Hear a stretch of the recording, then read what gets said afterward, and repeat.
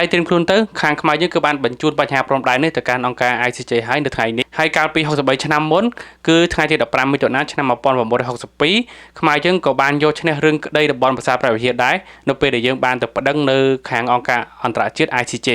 ចំពោះសវត្ថនេះគឺខាងក្រសួងការបរទេសនិងកិច្ចសហប្រតិបត្តិការអន្តរជាតិបានបញ្ជូនមន្ត្រីមួយរូបហើយជាយន្តហោះនាំសវត្ថមួយនេះទៅកាន់អគ្គស្ថានទូតខ្មែរយើងប្រចាំប្រទេសហូឡង់ហើយថ្ងៃស្អែកគឺខាងស្ថានទូតខ្មែរយើងនឹងនាំសម្បត្តិនឹងទៅកាន់អង្គការអន្តរជាតិ ICJ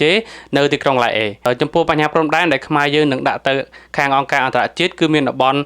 តាមភាសាតាមនធំភាសាតាមនតូចនិងតំបន់មុំ3អ្នកនរគ្នាដឹងហើយថាប្រហែលថ្ងៃហ្នឹងគឺខ្មែរយើងមានចំនួនជាមួយនឹងថៃដោយដំបូងនេះគឺខាងថៃគេមកឈ្លានពានយើងមុន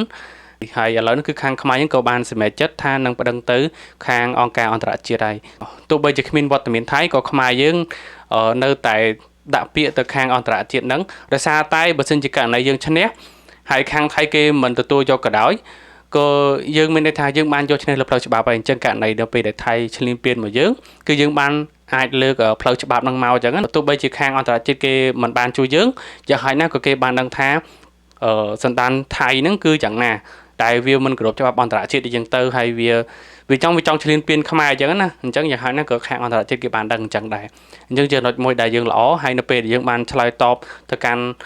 ថៃអញ្ចឹងនៅពេលដែលឈ្លានពានមកយើងអញ្ចឹងគឺយើងមានសិទ្ធិគ្រប់គ្រាន់ក្នុងការយើងឆ្លើយតបទៅវិញ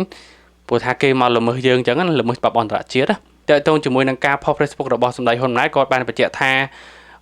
កម្ពុជារបស់យើងគឺត្រូវការភាពយុត្តិធម៌ត្រឹមត្រូវច្បាស់លាស់ជាមួយនឹងបញ្ហាព្រំដែនដើម្បីកុំឲ្យមានបញ្ហាទៅថ្ងៃក្រោយដើម្បីកុំឲ្យកូនចៅជំនាន់ក្រោយគឺមានផលលំបាក